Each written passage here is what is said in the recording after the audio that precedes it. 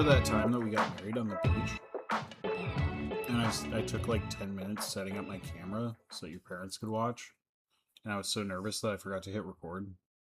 Yeah. So I spent all that time making you wait, making the officiant wait.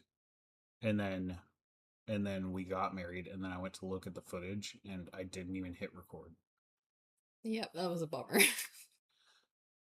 That was a pretty big bummer. That was a pretty big bummer. Anyway, welcome. Welcome to Here's Where Things Get Weird, where our motto is... Things get kind of weird. That's a horrible motto. Let's come up with something else. The weirder, the bearder. The weirder, the wetter, the better. Through rain and sleet and snow, we will bring you our show. We will give you fresh breath in the mornings. Do you remember those gum commercials from like the early to mid 2000s of the Orbit or whatever? I remember the Double Mint. Was it Double Mint? The Double Mint Twins or something? That was weird. Yeah. Those were weird commercials. Yeah. I was thinking of the Orbit one where they were always like just covered in like cow shit or something, and then the lady would come and be all clean it up with Orbit or some shit like that. Anyway, that's us. We're gonna tell you to clean up your act. All right. Anywho, for those who don't know, recently we went on a little road trip that wasn't entirely planned or optional. It was sort of an impromptu, we had to do it thing. During this road trip, we went through a lot of places that I had never seen of or thought of before.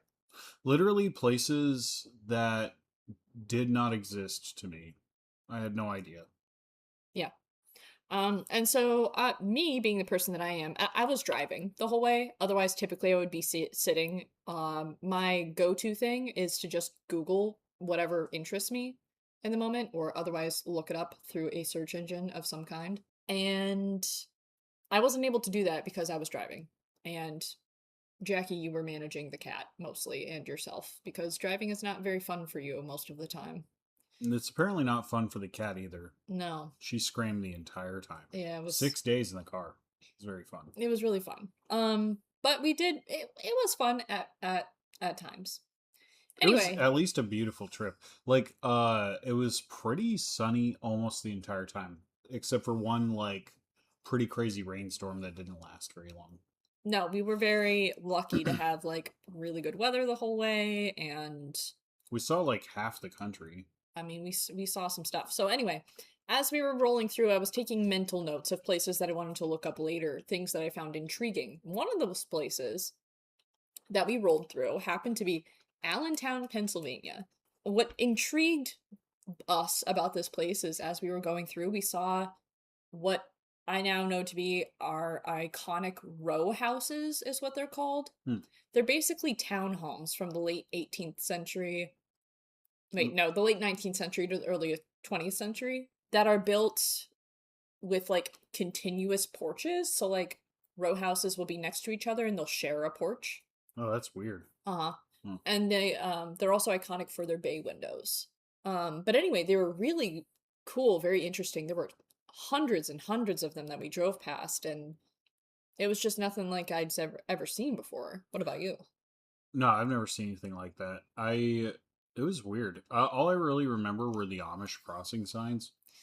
The Amish crossing signs were cool too. That was a fun little additive about driving through Pennsylvania. There were a lot of them, but we never actually saw any Amish. Well, we did. Not in Pennsylvania. Not in Pennsylvania. We saw them in Ohio, right? Or was it Kentucky? We saw them in I think in Kentucky. Yeah, we saw some Amish in Kentucky, and Harm got so excited. And then the guy driving the buggy with his whole family noticed Harm's face, and he smiled at her. And then, and that was quite the moment. It was very wholesome to see this Amish guy, smiling at my wife because my wife is so excited to see an Amish person. And then right after that, there was a kid who straight up looked like he was out of an old Western, hauling ass down the road on a horse. Like, Also very clearly Amish. also pretty clearly Amish, and he waved at our car as we drove by. It was a wild little like mile stretch of Kentucky road there. I don't know what It the was hell. pretty cool. It looked like it was like out of Red Dead or something. And notably, there were no Amish crossing signs there. Yeah, there weren't any. Yeah, we weren't prepared. That's why I was so taken aback when I Yeah. saw a full horse and buggy. That really the whole is- family headed to town. That really is the thing about it. If you're going to show me Amish, I want to be warned about it. And I need to be mentally prepared. I need to be prepared to take it in. So, like, in Pennsylvania, there were like 30 Amish signs, and we didn't see a single Amish. We were really disappointed. And then randomly, this Amish person is just sprung on us out of nowhere in Kentucky. In Kentucky, where No I didn't warning. even know that Amish people were. Well, anyway, we need to put a pin in that because I have a pretty long and involved topic here of Allentown, Pennsylvania. Amish people should be a topic at some point. Sure. Because I bet they're everywhere. now. Absolutely. Yeah, we can talk about that. Okay, so here's what I dug up about Allentown. Allentown. All right, so I think it's important to talk about the indigenous people of this area. There's actually a pretty interesting history with the indigenous people here. They go by the name the Lenape. I think I'm pronouncing that correctly. Let me look it up because I don't want to. I think it's pay. We're figuring out how to pronounce it. Lenape. Lenape. Lenape. Okay. Or So Lenape, I bet. I bet there's emphasis. They do that a lot. anyway, so the Lenape people, were indigenous to this area. They actually had a pretty wide area that they inhabited for a long time. In the northeastern U.S. and up into Canada. Some of their historical territories include present-day Delaware, all of New Jersey, eastern Pennsylvania, and the Lehigh Valley, which is where Allentown is located, and up into New York and Long Island as well. So, unfortunately, as is classic white people move, white people moved in and forced these people out. Either be Christian or get out. Yeah. When white people started interacting with the indigenous people, they like butchered their name. The Lenape people told them, "Hey, this is what we call ourselves," and the white people were like, "Are you the Lenny Lenape?" And they started like basically doubling their name. So Lenape means the people, and so basically they were saying The people. people. That's super common. Yeah. Like, they'll be like, what's that mountain called? And they'll be like, it's a mountain. And they'd be like, oh, so it's mountain. Yeah. You know, or river. That happens a lot in U.S. history Sure. because white people are just Goofy. misunderstanding. Just goofy. All right. So anyway, standard white people move. Just being assholes, pushing people out through threats of violence, and that sort of thing. So also this tribe is considered the grandfather tribe. They actually have other tribes refer to them as the grandfathers, because they are Algonquian speaking, and they're kind of the originators of that language, I guess. That's interesting. They started interacting with the white people pretty much immediately as white people started getting here in the country. Yeah, that was common too, right? Like, I Uh-huh. think a lot of indigenous people, this was true of South America as well, but a lot of indigenous people were very inviting and welcoming to like explorers because, you know, they were curious and they were also just very generous people by nature, right? Yeah. Yeah, definitely. That was their bad. Just terrible. Terrible how many times the same song Thanks, and dance Cortez. played Thanks, out. Columbus. Same song and dance played out where the indigenous people are like, "Hey, how's it going? Nice to meet you. Nice to really meet cool you. that you showed up on this crazy contraption. Let's Anyway, trade. Let's help each other." And here's then some white food people and are some all, land. "What is that cat doing? I don't know. What? She's on the toilet. What are you doing, kid?" Point of shame. Point of shame. Pointing at the cat gets her to stop doing things. Point of shame. Okay. I shamed the cat. Just by pointing at Now it. she knows. Okay, anyway. So yeah, 50 years after their initial contact with the colonial settlers, Why did you say it like that? well, derogatory. Colonial settler. Colonial settlers, derogatory, of course. 50 years after that, basically the Pennsylvania government took massive advantage of these people, of the Lenape people. Mhm. And as the historian Stephen C. Harper put it, brought them through a convoluted sequence of deception, fraud, extortion, all orchestrated at the hands of the Pennsylvania government. That's so It's surprising. commonly known as the walking purchase. Why is it the walking purchase? Well, I'll kind of talk about what this involved here. Okay, so like on par with the rest of the US, basically. Yeah, so unfortunately, the Lenape people experienced their own version of the Trail of Tears, is essentially what this snowballed into. Mm-hmm. So anybody who tried to stay behind on this land after they had essentially been swindled out of it by the Pennsylvania government, they were driven away through threats of violence. And, you know, the Lenape people, some of them tried to retaliate by attacking different Pennsylvania settlements, but ultimately they were just pushed west, further and further west. There were a series of different treaties and different purchases and stuff, none of which the Lenape people were in any control of, really. They just continued to be displaced from their homeland, which sucks. Eventually, the dispersed Lenape people signed a treaty with the newly formed U.S. government in September of 1778, after decades at this point of being pushed out west. And this basically put them into western parts of Pennsylvania, and then into Ohio, and then Indiana, and then Missouri, and then Kansas. Mind you, these people originated in Delaware and New Jersey and Long Island, New York. So they are so far displaced from their homeland at this point. As this dispersal happened, they sort of fragmented off into different groups. Some of them went north into areas like Wisconsin. A lot of them ended up in Kansas. Finally, there was, I have the year somewhere in here, I don't know where it is, but finally there was another treaty, I guess, signed in which the Lenape people were forced out of Kansas and into Oklahoma onto Cherokee land. And they were forced to buy reservation land from the Cherokee people. And sort of, for all intents and purposes, got absorbed into the Cherokee tribe. They lost a lot of their autonomy as an independent tribe and group of people.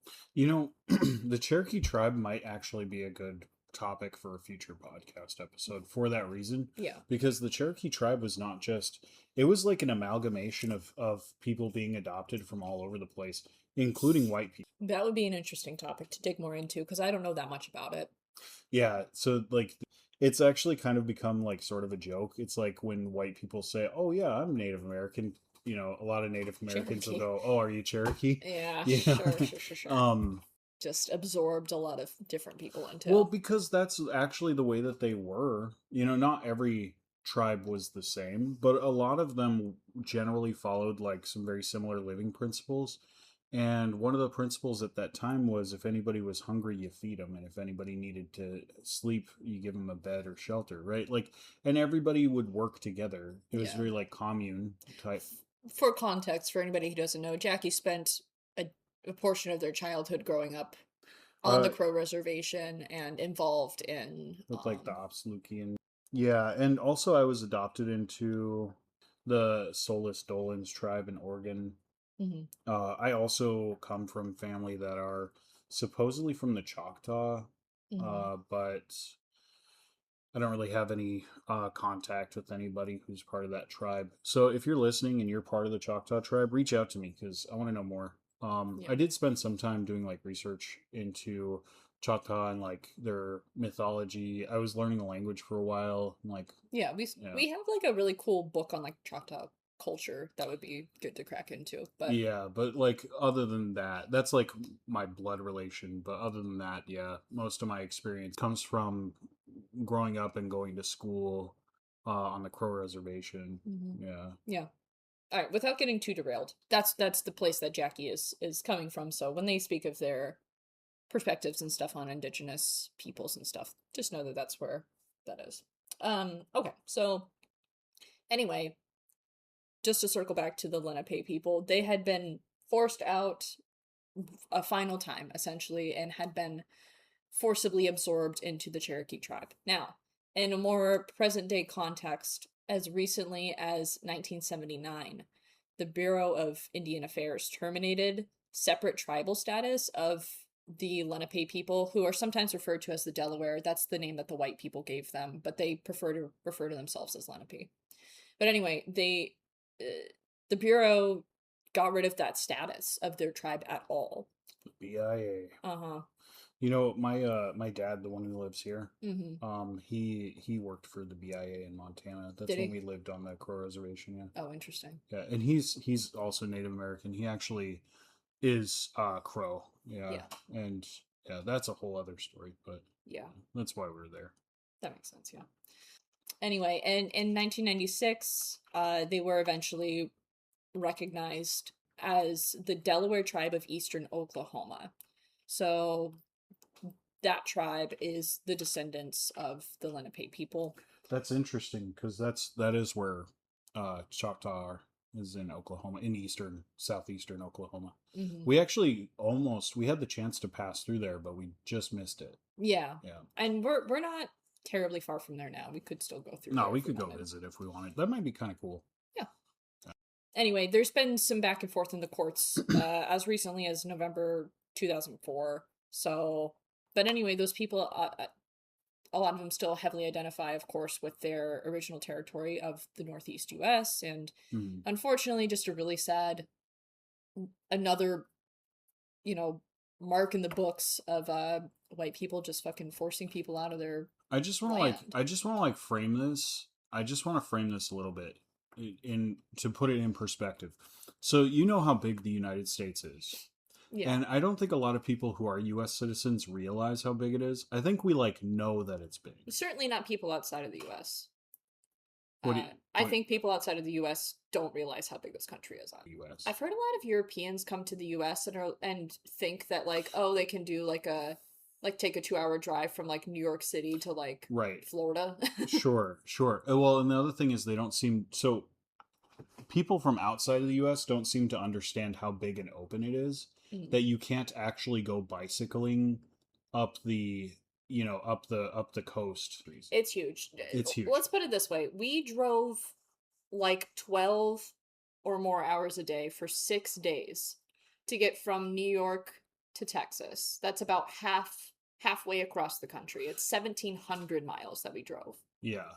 That would be like driving across a couple of Japans. I don't know how many kilometers that is. I'm sorry. Well, okay, so my point is, it's like when you go from Alaska to Florida, it's like being in two different countries. Oh, and you can feel it. Yeah. They the land is different, the people are different, the culture is different. The culture is completely different. Talking to people, you don't understand them at first because you have to understand their dialect, which takes time. My point is that it has always been that way. Before it was the US, there were Native Americans living in different tribes that basically were living in different countries. Yeah. So now imagine if you're listening from Europe, say you're listening from Spain, right? Imagine if everybody from Germany, everybody from England and Ireland, and everybody from Scotland and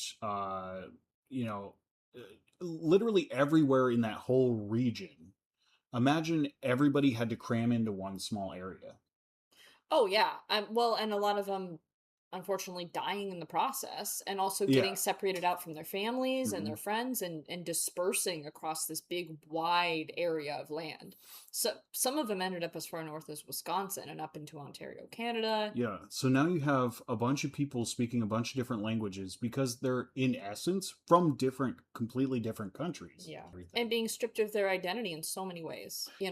I don't know.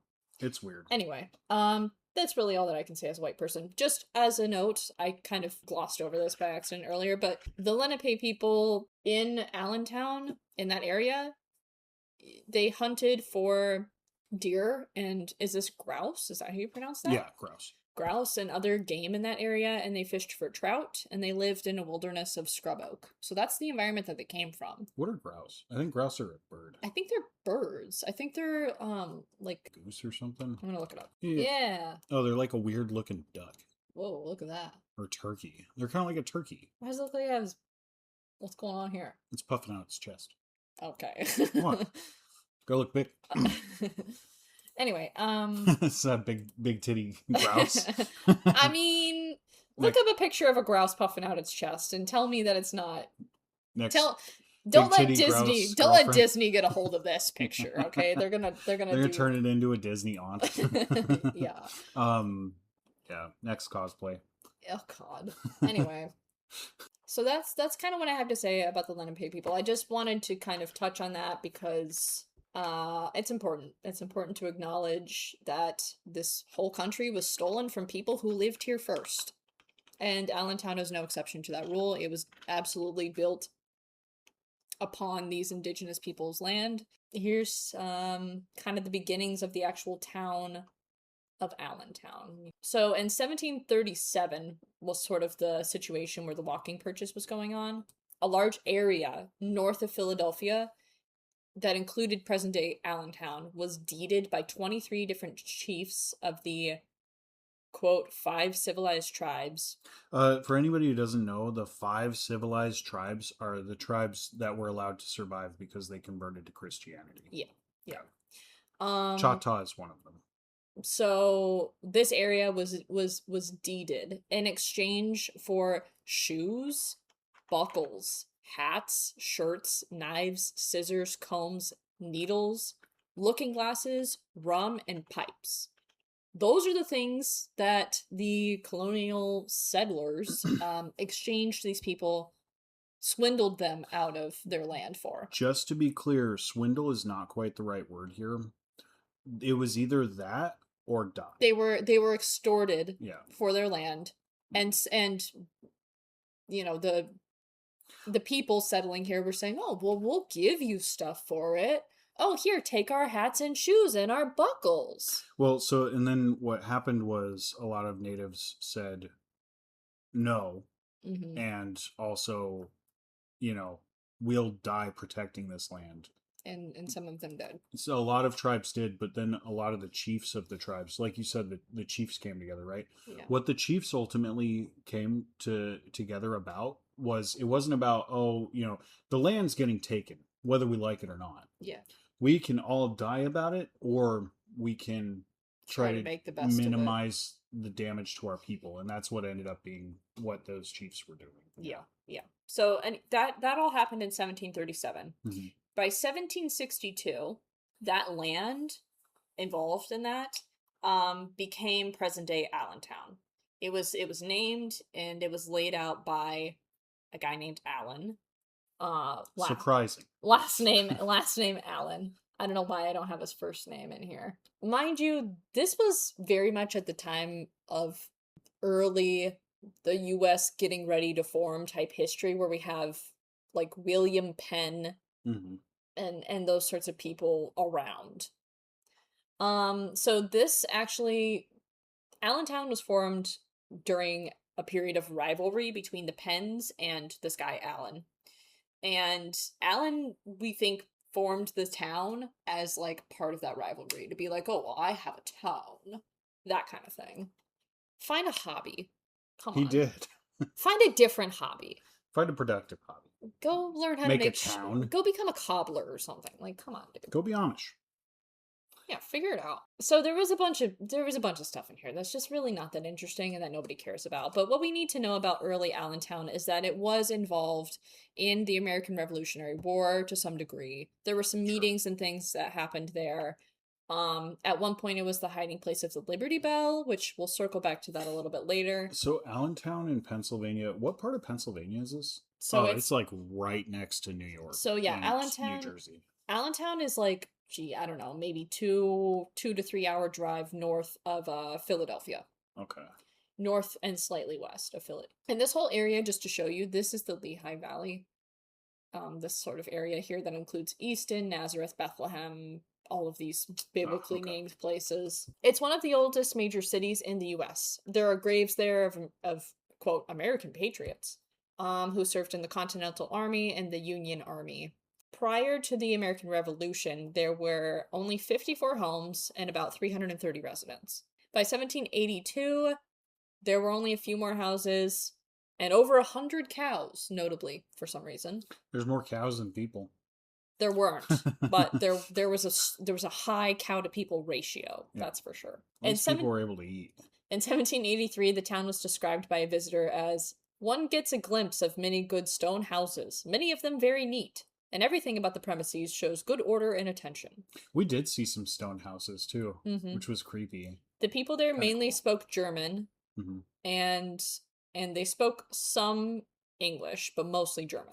There's another topic for a future episode, is how we almost became a German-speaking country. Yeah. Yeah. Anyway. Another person at the time said that it was, quote, a handsome and flourishing town. By 1814, industrial plants in Allentown had popped up. Okay. We are now entering the Industrial Revolution. Allentown had flour mills, sawmills, 2 saddle makers, a tannery, a tan yard, a woolen mill, a card weaving plant. I don't know what that means. A card weaving plant. Mm. What is card weaving? We'll have to look into that. Weaving cardstock. I guess. By hand. They're like making for the Hallmark store. Yeah. Wish you were here. Some Amish is stitching it in. They had 2 gunsmiths, 2 tobacconists. That's dope. I like that. 2 clockmakers and 2 printers. So they had the starts of their Noah's Ark of their industries. Yeah, yes, Noah's Ark rules. Very, very much so. Allentown truly is the epitome of the American blue collar workforce, and we see that very early on in its history. As the Industrial Revolution progressed, we saw coal mining, iron and steel production in Allentown and in neighboring areas like in Bethlehem, which is basically its closest suburb. Over time, we also saw silk mills and more sawmills pop up. And then as we get later and later into like the 20th century, we saw Mack trucks, which we're familiar with. They found a home there in Allentown, their production, as well as major breweries, including PBR. Yep. All of these different industries were sort of in this area. Do you think PBR is better there, or is it gut rot there as well?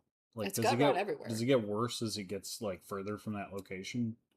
I know in Montana it may be pretty sick. I think PBR is basically the Nokia phone of beer, in that I don't think that it's... The fuck is that? I think once it comes into creation, I think it remains unchanged for thousands of years. Oh, it's like the law of energy. Yeah. It can't be created or destroyed. No, only converted. Right. So it starts off piss and it continues to be piss. pretty much. Sponsor us, PBR. No. Jackie has been sober for over 10 years. That's true. You can still sponsor me though. I'll take your money. PBR. I won't drink it. To be fair, I won't drink anything. Okay. Sorry. So anyway, by the end of the 19th century, Allentown was an industrialized urban center, and as I said, continued to grow throughout the 20th century. But we see the pop-up of these iconic row houses that start to line many of its streets. There are different neighborhoods throughout the town that have these row houses. I think you and I drove through Old Town. And so we saw like the little tiny row houses, and then we saw like medium-sized row houses, and then we started to drive into what they referred to as like mansions. So like these big estates. It's funny, like the word mansion has different meanings depending on where you live. Mm-hmm. I've kind of learned that. You know, I would hate a row house, honestly. Like, don't connect. You would? Yeah, don't connect my porch to your porch. That's fair. They actually look pretty nice though. There are some that you can buy there that are remodeled for like $200,000, which is like unheard of. I'm just saying, like, if you I don't know, if you hate something, I don't know, maybe you don't like having a lot of, I don't know, or like, but your neighbor really likes this thing that you don't like, and they just put it all over the porch, like say gnomes or something, all over the porch, and you're like, can you please put them on different draw a little chalk line down the middle, stay on your side. Yeah, no, that's fair. But these row houses popped up in response to the industrial blue-collar workforce that was there. Yeah. They were affordable. They were close to town. Were they kind of like, you know, when you go to work on like a oil rig or something, how they have like that housing for you, and it's usually like a set of trailers? Is it like that? I didn't find any information about that specifically, but... I'm just saying, is it like that, but for that time? Or Kind of. I don't think that it was like subsidized housing. I don't think that they were forced to live there. oh, I do think that it was like built as like affordable, close to town housing sure. for an average family. Are these like the prefabricated homes, or is this completely different than that? No, this is different. They were built. I'm asking Harm as though she's an expert in this area and has all the answers. I'm not an architect. I'm certainly not an expert. All that I found during my research was that these popped up as a response to the Industrial Revolution, and they were affordable housing for the families in the area. Okay, we're going to fast forward quite a bit.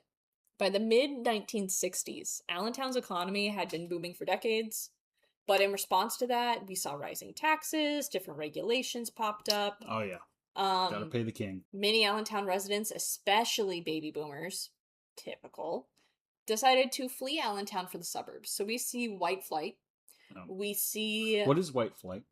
White flight refers to a phenomena in which white people try to escape people of color by getting out of the more urban areas and forming suburbs and trying to keep what they would refer to as, quote, a safe and crime-free area. But as we know, keep in mind, is just coded language for racism. I see this all the time too. I saw it yesterday in a comment section. Somebody was talking about how it doesn't matter, but like importantly, those people who are fleeing are typically wealthy, and the reason they're wealthy is because they take all the resources from the area and they bring those resources with them. Yeah, that does often happen. So then you're left with, you know, the minority population stuck behind without any access to any of the stuff that's supposed to be there. Absolutely. Yeah. So we see these baby boomers, whatever, but primarily white people fleeing for the suburbs. And those suburbs included places like Salisbury, South Whitehall, etc., all sort of in this Lehigh Valley area. Prior to that was mostly just farmland. So these start to get developed into more suburban areas. Meanwhile, a significant portion of Allentown's working class, as they migrated out, left these row houses and these more urban areas just high and dry, basically. Like you said, a lot of the resources left, a lot of the money left. We saw so many places like that on our way here too. We are going to do a whole separate episode on that. Yeah. Because it was... We have to do one about that one place that... And yes, we will. Throughout the 20th century, the departure of Allentown residents for suburbs began representing a major challenge to the city's government and school district. We saw the closure of major shopping centers. We saw malls shut down. Their school district was struggling, like I said. And the government at one point turned a bunch of housing into housing projects. So the Allentown proper neighborhoods and school system was really in decline. They tried many times to sort of revive, and they just kept falling into these pitfalls. In 1993, Corporate Center, the city's new flagship business center, in the middle of town, fell victim to a large sinkhole, quite literally a pitfall. That's horrifying. Leading to its condemnation and ultimate demolition. And they just, time after time, as the deindustrialization of the area occurred, we see the exporting of these, at one point, American-centered industries go overseas because of cheaper labor, and different things like that. So a lot of the places in which people were employed in this area no longer existed. Basically, these industries shut down. Okay, that's pretty much all that I have on that for now. We'll circle back in a little bit. But for now, I want to talk about something that kept coming up when I was trying to research Allentown, which is that they had a serial killer in the early 1990s. Well, that's fun. Yeah. So, trigger warning before I get into this portion of things. Sexual assault. Unfortunately, in at least 2 cases of children. So I'm not going to get into the nitty-gritty details of any of that because I find that gross and unnecessary. Sure. But I just want to give people a heads up that there's going to be some stuff happening in this segment. So if any of that feels like stuff that you don't want to know about, circle back to like, I don't know, maybe 20 minutes from now. Oh, God. Because this is going to be a pretty long segment. Or we'll just see you in the next episode. That's fine, too. All right. All right. Okay. So that being said, this is a quote from an article written by somebody named Charles Montaldo. The east side of Allentown, Pennsylvania, had the reputation of being a nice, safe area for families to raise children. The residents in the area felt secure to walk their dogs, jog, and let their kids play out in the yards. All of that changed in the summer of 1992. The residents and police of Allentown had a problem. For the first time ever, its east side residents were being stalked by a serial killer. Some guy was like, you know what this town needs? There's not enough killing There's here. not enough violence. This town was founded on violence, and I think we should get back to our roots. Well, I mean, violent people came here and did violent stuff and then no longer had a violent outlet. On August 5th, 1992, 29-year-old Joan Burkhart returned home to her one-bedroom apartment to find that her screen door had been ripped through. And after kind of looking through her apartment and checking things out, she noticed everything was pretty much okay, except she noticed that she had $50 in her dresser drawer that had been taken. So she reported this event to the police. I wonder how much money that is back then. I mean, that's like a good chunk of change. It's a decent bit of money. You don't want that getting stolen. No. 4 days later, on August 9th, Burkhart's neighbor called the police to file a noise complaint. Her neighbor says that Burkhart's radio had been playing at full blast for at least 3 days, day and night, and that nobody was answering the doorbell when she tried to ring it. She also mentioned that a window screen was missing. And, get this, that 3 nights ago, this neighbor heard and didn't say anything about hearing screams for help and banging on the walls, and as if somebody were getting beat up. It took her 3 days, and the only reason she went to the police was because the radio was annoying her. So... That's... really speaks to, like, the attitude of the people, at that time. I'll stay minding their business to a fault, absolutely. So anyway, police arrived to do a welfare check, obviously. They unfortunately found Burkhart laying on her living room floor.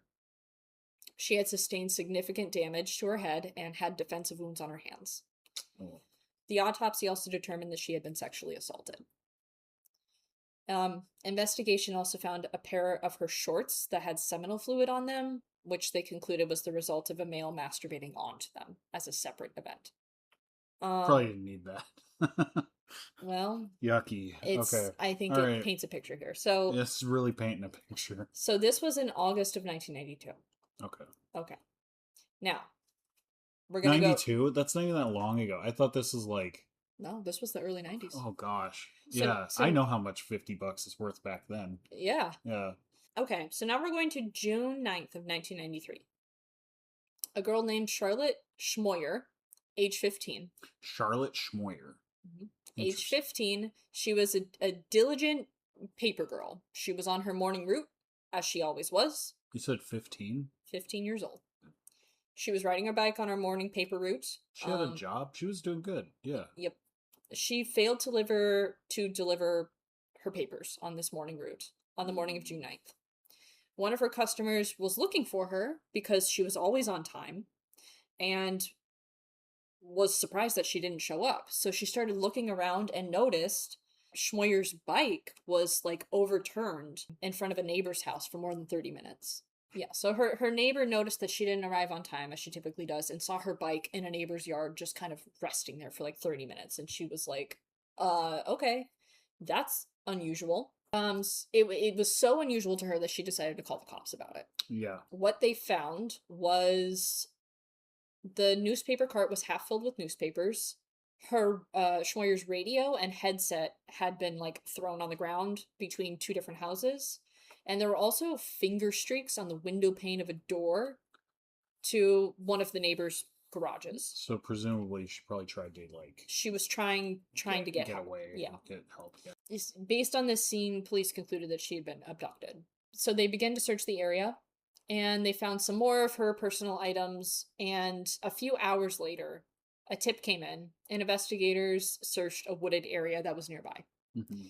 They unfortunately found Charlotte there, buried under a stack of logs. They also found a few of her clothing items, and she unfortunately had been pretty brutally The same kind killed. of. Yes. Yeah. Okay. Some of the connecting dots here between these cases were that there's strangulation, and there's also use of knife as the method of kill. Terrifying. Yes. So there were also different scraping wounds and stuff on her. We think maybe she was running through the forest. And of course, sexual assault, unfortunately. Investigators did do something important here, which is they collected blood samples. They also collected a pubic hair that did not belong to her and a head hair that also did not belong to her. Now, mind you, DNA evidence was very, very new and not really trusted at the time, so this was sort of an unusual thing for investigators to do. Yeah. But they did take these samples and they kept them. Okay. Yeah. Did they find anything like under her fingernails or anything? Not that I saw in the report, but that's not to say that they didn't. Yeah. This was June 9th. Now we're going to June 20th. June 20th of 93, a 5-year-old child survived a violent attack and sexual assault in this same area. I'm not going to elaborate beyond that. I might have to be one of the people that leaves and comes back. I'm not going to elaborate beyond that. It's just not necessary. I will say they think that this maybe happened because the assailant came into the house and saw that the child's mother was in bed with her partner, and so took that out, unfortunately, on her child. What happened to the mom and her partner? Like, they didn't hear anything, or I'm not sure, but luckily, if there is a silver lining to be found here, this child did survive this attack. well, I'm glad they survived. Yeah. Moving on from that. On June 28th of 93, just 8 days after that, a woman named Denise Sam Callie was home alone. Her husband was out of town on business, and she noticed odd noises coming from her bedroom closet.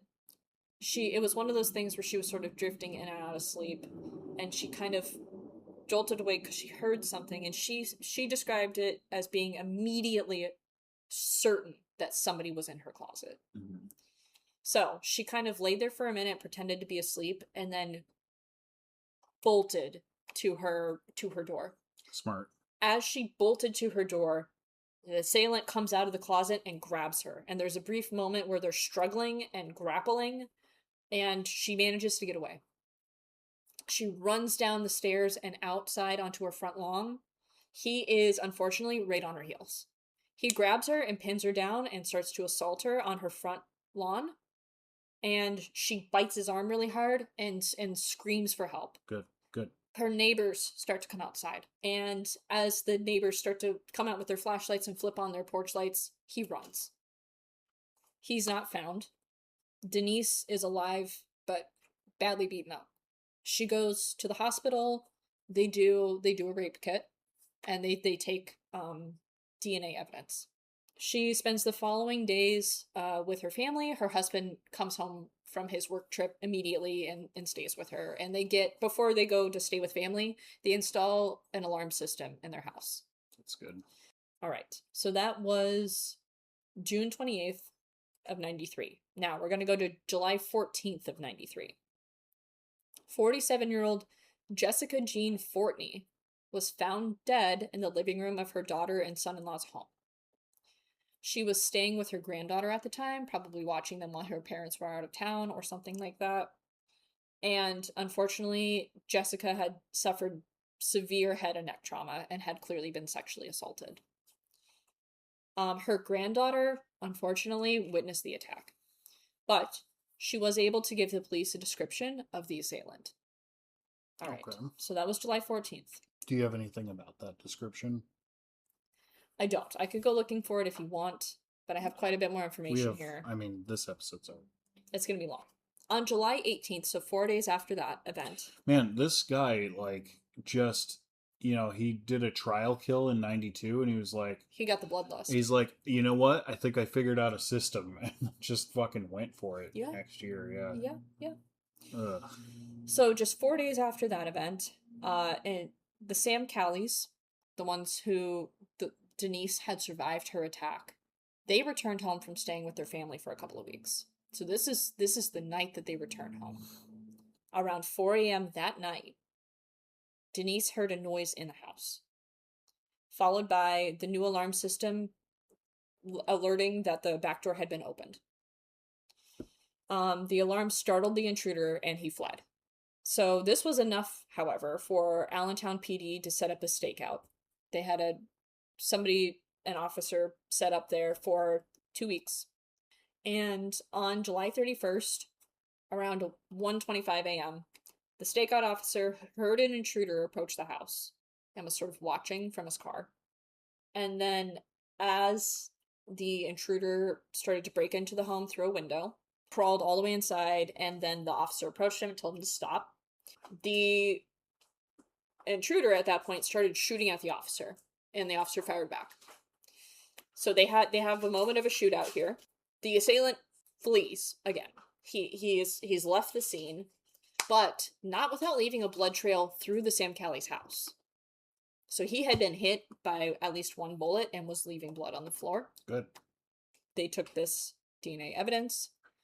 They had not, again, used any of this DNA that they had been collecting throughout these cases yet, but they were stacking them. They were saving this. They wanted to make sure they had a solid case. A solid case, yes. So, and again, as I mentioned, DNA was very new at this time and not really that trusted. So they were collecting this, but they weren't really sure yet if it was going to be admissible in court. Sure, yeah. They didn't even know if it would be admissible in court, but they were keeping it anyway, which is good. Okay. Just a few short hours after this incident, the police were called to the hospital. Can you guess why? Somebody's fucking bleeding to death. From a gunshot wound. Uh-huh. So they show up and they're all, you. Hey, you got a weird bite-shaped mark on your arm. They identify this man at the hospital as Harvey M. Robinson. And they arrest him. Mm-hmm. Robinson grew up with an abusive father who ultimately beat his girlfriend to death and beat Robinson's mom so badly that she left him. That's insane. What happened to him? I don't know. I don't know what happened to Dad. He literally taught his kid that that's how you be. Yeah. Despite this, Robinson idolized him. He loved his dad. He had a very long, unsurprisingly long, troubled history with violent outbursts and arrests starting as early as just 9 years old. He had a very long rap sheet. And what did he do when he was 9? He was very, very against any authority. And so he got in trouble for resisting arrest, and like I said, he had violent outbursts, got into fights, that kind of thing. Sure. Now, if you remember, our killing spree started here in 1992. At that time, Robinson was only 17 years old. This for him was at least 8 years of rap sheet he had accrued at this time. So he was not like, this was not really new for him, and this had been building for some years, but he was still a minor. I'm trying to picture myself at 17 trying to do such a thing, and it's like, it's impossible for me to understand. Yeah. It's just so, I mean, I guess it would be, it's impossible for me to understand even at my age now, but like, how are you 17 and able to do that? Like, I don't, like, I mean, even physically or mentally or any of it, you know, like, this kid must have had a pretty messed up life, you know? Yep. Police managed to, like, do a decent job collecting DNA evidence from these cases, created a compelling enough case against Robinson that he was sentenced to 3 death sentences at just 19 years old. He became the youngest serial killer in the U.S. to ever be put on death row, where he remains today. He's there today? He's there today. Well, they just kill him. Well, through a series of, like, appeals and stuff, 2 of his death sentences were converted to life sentences because they ruled that he was a juvenile when he committed those crimes. And that was... So he has 2 life sentences and then a death sentence. Yes. He remains on death row in the State Correctional Institution in Pennsylvania. He had his execution scheduled for March of this year, but the governor issued an immediate stay, which means don't do the execution, because Pennsylvania has had a moratorium on executions since 2015. So they haven't killed anybody on their death row since 2015. That's why. Okay. So that's a wild fucking thing that happened in That was a riot. Allentown, Pennsylvania. Yeah. All right, now we're going to circle back to some less upsetting things. Anyway. Yeah. Anyway, some more fun facts about Allentown, I suppose you could say. As we briefly mentioned earlier, but I will get into more, in 1777, Great year. after Washington, George, and the Continental Army were defeated in the Battle of Brandywine in Chaddsforn Township on September 11th, 1777. Philly was left defenseless, and the American people began preparing for what they saw was an imminent British attack on the capital. They decided to move the Liberty Bell, as well as 11 other chimes that were important to them, that were housed at the Christ Church and St. Peter's Church in Philly. They moved them out of there and into Allentown, where those things remained for 9 months under the floorboards of Zion Reformed Church in the center of Allentown. After 9 months of being there under the floorboards in Allentown, they did return the Liberty Bell back to Philly, where presumably it remains today. Although I have not put eyes on it, personally. I also have not put eyes on it. Does anybody know where this is at? Has anybody put eyes on the Liberty Bell? Anybody got a fucking minute to check on the Liberty Bell? How's she doing? Probably very rough. Anyway. So as we know, Pennsylvania Dutch situation that's happening there in Pennsylvania. Talking about the Amish? Talking about the Amish. Remember the Amish witches? The real Amish witches. Oh my god. Okay. There's a dish there, a local dish called scrapple. And I was like, Scrapple. What do you think scrapple is? If you had to Scrambled guess. eggs with apple in it. Okay, my brain was like, something messed up that's not supposed to have apple in it has apple in it. Surely. Scrambled eggs with apple. It's not that. Damn, I would eat that though. It's meatloaf. Scrapple? Yeah, a Pennsylvania Dutch dish made with pork. Is it like scrap meat? It's pork scraps, organ meat, and buckwheat or flour to thicken it, and it's pan fried typically in butter. Ew, I'd eat it. It sounds gross, but I'd eat it. I would eat it though. It's probably fine. It's probably fine. I like a meatloaf. It's probably fine. Okay, now, our boy Billy Joel wrote a song called Allentown. Billy Joel? He wrote a song called Allentown that centers on Allentown, Pennsylvania, and the nearby towns of Bethlehem, and just like these other towns in the Lehigh Valley. All right. I'm going to read an excerpt of the lyrics, and we'll talk about them. Okay. Okay, ready? Mm-hmm. Every child had a pretty good shot to get at least as far as their old man got, but something happened on the way to that place. They threw an American flag in our face. Well, I'm living here in Allentown, and it's hard to keep a good man down, but I won't be getting up today, and it's getting very hard to stay. And we're living here in Allentown. Now, shots fired. Shots fired. Obviously, as the deindustrialization of this area happened, Allentown has fallen on some very hard times. And as Billy Joel describes in the song here, there's been a disillusionment of the American dream in this area. Right. The song describes a lot of frustration, of course, of, blue-collar America. In Bethlehem, which is, like I said earlier, one of the closest suburbs of Allentown, there was a big steel mill that kind of held down the economy for like a long time. Now, there were plenty of other industries in Allentown, but the steel mill was really like an anchor. That was a huge one at that time. Mm-hmm. Yeah, for sure. And when that closed down, a lot of people were left jobless and depressed and frustrated that their parents, the baby boomers, and people before that were able to achieve this version of the American dream, and now they were left jobless and didn't have any means to achieve that same dream. So that's kind of the tone and the timing of which this song was written by Billy Joel in the early 80s. Really quick, I looked into row houses because I was like, these are kind of fun. This is kind of fun. Mm-hmm. And there are some, like, pretty nice row houses that you can buy for a very affordable price. And I was intrigued by it. So I'm gonna pull up ye old, well, this is rent.com, but I don't want that. I want Zillow. Shout out Zillow. Shout Pay out. us.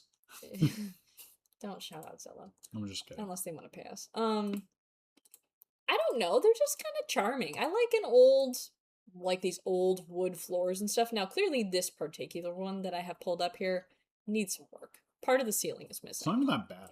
It's not that bad. No, it's actually really nice. Part of the ceiling is missing. It needs some window frames, but like it's fine. It's cute. The price is good. For $199,000, you can get a 3-bedroom, 2-bath, 1,800 square foot. I don't know. Like, listen, I'm in no place to be buying a house right now, but there's some affordable stuff. So if you are in the market to buy a weird little townhouse somewhere in the eastern U.S., look no further than Allentown, Pennsylvania. Go help revive their economy. That's really all that I have. I was kind of a mishmash of just random shit, but I was intrigued as we drove through that area as to what exactly went on there. That resulted in these row houses and in this just kind of general vibe of like an area that went through some shit. I thought it was surprising, like it was such a nice community until it wasn't. Yeah, well, the deindustrialization and the Rust Belt situation really got them. Yeah. And I don't know. Like I said earlier, this area really is like the epitome of like the blue collar workforce, and I think that it is a reflection of the US economy on a larger scale and how much the middle class and the working class are just disappearing, ceasing to exist. Well, and how bad the tech industry is just kind of ruining every other industry. Yep. Yeah, because, like everything's becoming obsolete and outdated. Mm-hmm. Like we don't really, like steel mills are still pretty important. Lumber mills are still pretty important, but, they're just not what they used to be. Well, and so much of our manufacturing industry has been sent overseas, which, Mm-hmm.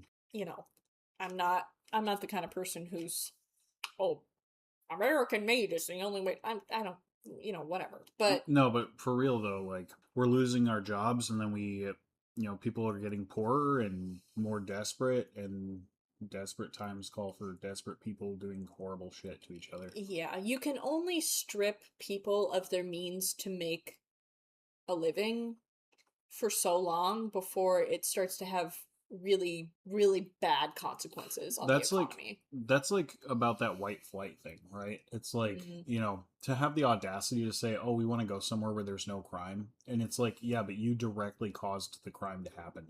Yeah. By taking all the resources and leaving. Exactly.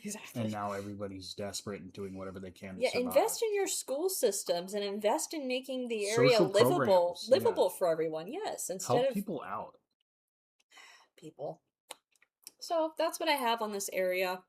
Do you have any final thoughts? Any questions or anything? Let's not end this on a bummer. Tell me a joke. Do you think I just have a joke locked and loaded? Yeah. I About don't. Do you? Allentown. I fucking don't. Do you? No, I don't. Here's what I gotta say about Allentown. Here's what I gotta tell you, Allentown. I find it. If you're listening. I find it so obnoxious that white men just showed up and were like, "I'm gonna name a town after myself." Get out of here. I mean, that's kind of like the thing, though. Like everybody did that, especially people with money. They just did that. They put their name. People with money never actually do anything except throw their money at stuff and put their name on it. It's so cringe. It's so uncreative. If I had the ability to name a town, to found a town and name it, I wouldn't be naming it Harmony Town. I would be like Draculaville. Or come on. Or like, I don't know, something cool. Yeah. What about like Armageddon? Just name the town Armageddon. Harmageddon. Or Optimus Prime. Be a sweet name for a town. I wanted for a really long time, for like years, one of my goals in life was to get a Pomeranian. You know, those fluffy little dogs. I hate them. And name it Optimus Prime. When I was like 15 through like 19, that was like a genuine goal of mine. It's honestly a sweet goal. I would have backed you on that, but I do hate Pomeranians. Why? They're so yippy.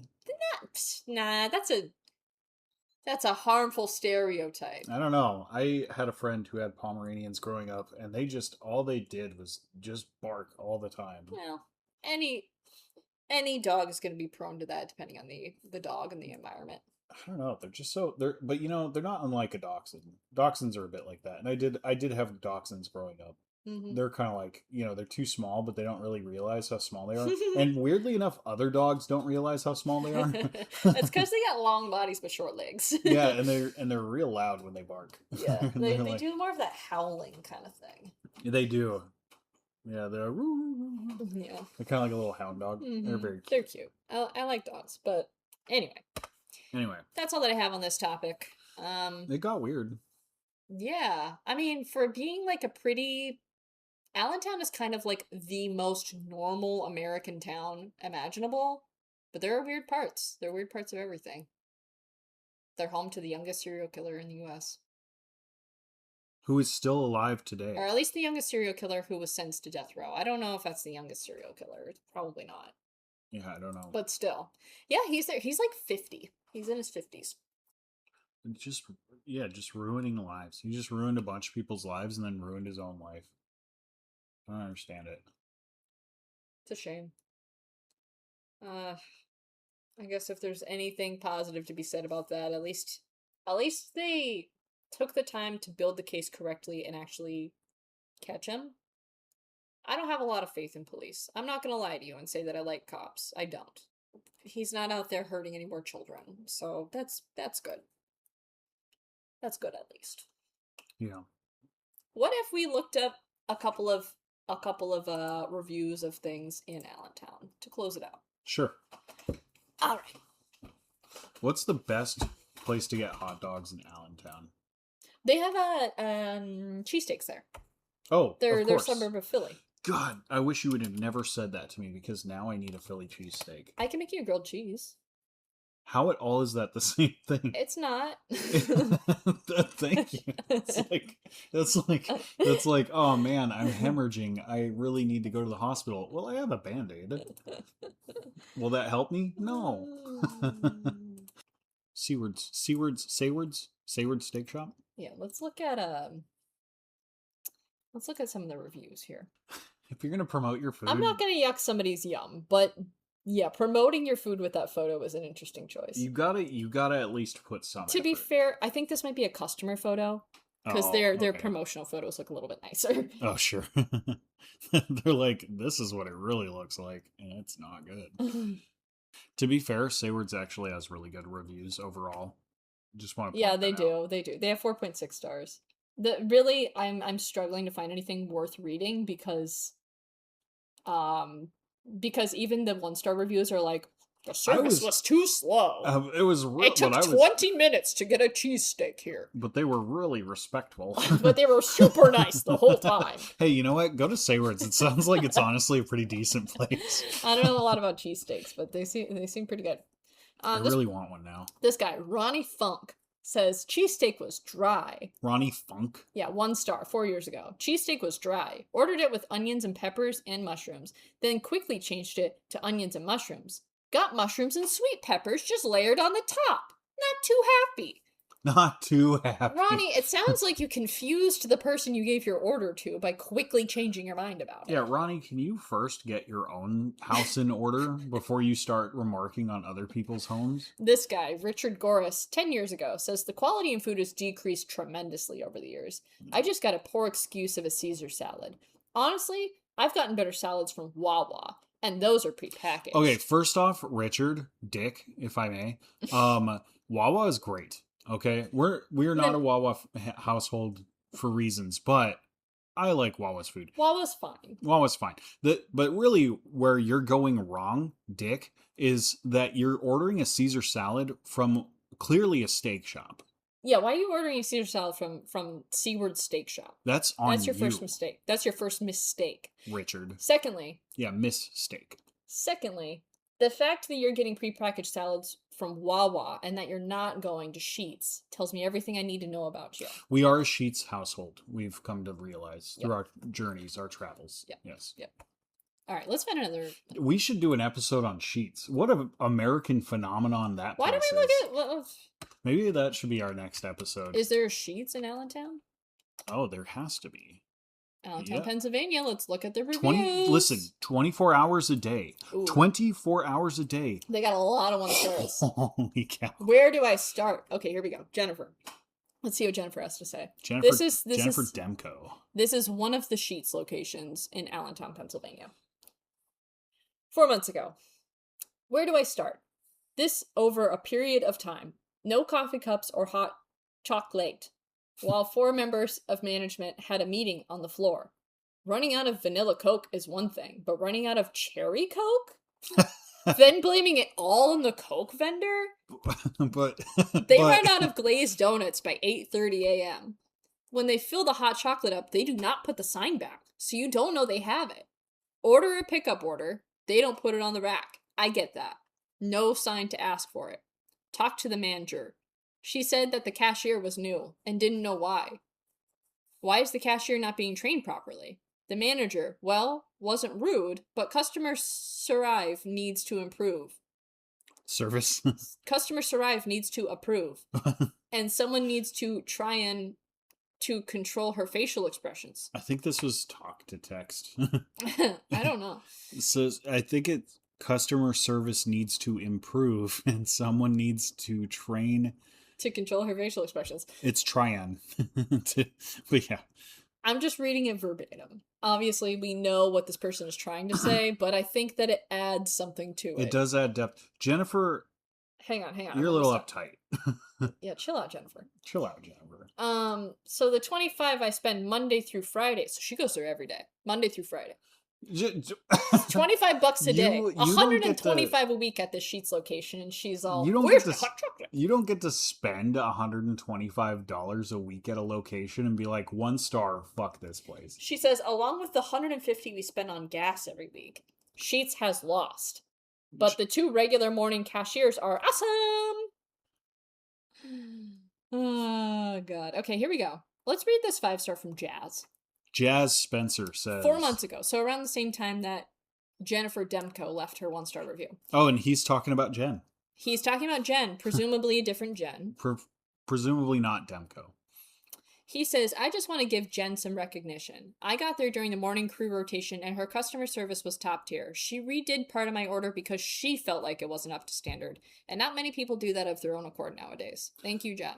Shout out to Jen at Sheetz. Shout out Jen at Sheetz. In Allentown, Pennsylvania. Which location is this? Because there's multiples. I don't know which one this is. I don't know. They're actually really close to each other. So yeah. One of them. Yeah, you know who you are. You know who you are, Jen. Rock on. Oh, here's another. Worst Sheetz of all. The 6 I have been to. I gotta say, okay, listen. We hit more than 6 Sheetz locations on our drive. And if you live in this area... Okay, but there was one bad experience. That's fine. All I'm saying is, if you've only been to 6 locations, and you're touting that as like, I've been to a lot of different Sheetz locations. There's like 40 in like a 5-mile radius, so... Yeah, that's not very impressive, Di. I'm just saying. So, Di, 1 star, 9 months ago. Worst Sheetz of all the 6 I have been to. Night shift is a wreck. Night manager so busy making shakes and excuses, she can't figure out she is the supervisor.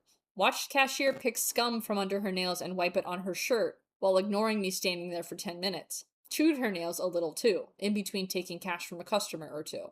Ew, that's gross though. Yeah, I don't love that. No surf save or hand washing required.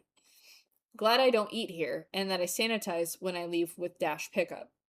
You know, Di, that's fair. I do wish that people were a little bit less gross. However, too busy making shakes and excuses is hilarious. Yeah.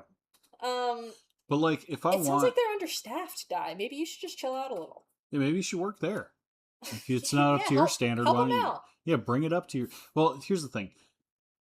You know, if it's 3 a.m. and you want a deep-fried milkshake, like, you don't have a lot of options. Yeah. You know what I mean? Also, if the manager is there working, actively making shakes, I mean, That feels like a pretty good manager. I don't know about you, I've had but some I don't. bad managers that literally wouldn't lift a finger. Exactly. I don't trust a manager who isn't willing to get down and dirty with the work. You know what I'm saying? Shall we do one more and call it a wrap? I don't know. We can. Let's do this other sheet. Let's check out the other sheets. 3.8 stars. What was the first one? 3.4. Ooh, all right. This sheets is better, turns out. I observed inconsistencies in how customers are monitored in the store. While some individuals receive close attention, others appear to act without oversight despite questionable behavior. This creates an impression of uneven enforcement and could benefit from review. Chill music. Thanks, 5 Chill months Music. ago, 1 star. Now listen, chill music. I get what you're saying. I am a little curious what you're doing in the store. I'm just a little curious if you are truly unfairly being monitored or if you are perhaps doing something questionable. I don't want to accuse you of anything. I'm just saying. I just want to know more. I just need more information. More info, please. Anything else that we want to say? I like looking at reviews. I think it's fun, but I like Sheetz. this episode's quite long. We ate there quite a few times on our journey. And the food was all good. It was all really good. We didn't get sick. Here's what I love about Sheetz. Open 24 hours. Curbside pickup. Okay? Rewards program. Rewards program. You can get a salad, not a great salad, but you can get a salad at 3 in the morning, and if they don't bring it out to your car, you can at least pick it up.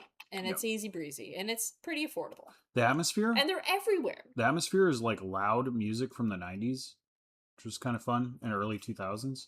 I went in there, I took a video of myself to, I think it was NSYNC or the Backstreet Boys or something, blaring so loudly, and I was the only one in the store. They were partying in there. Also, their stores generally very clean. They are. The bathrooms are really nice.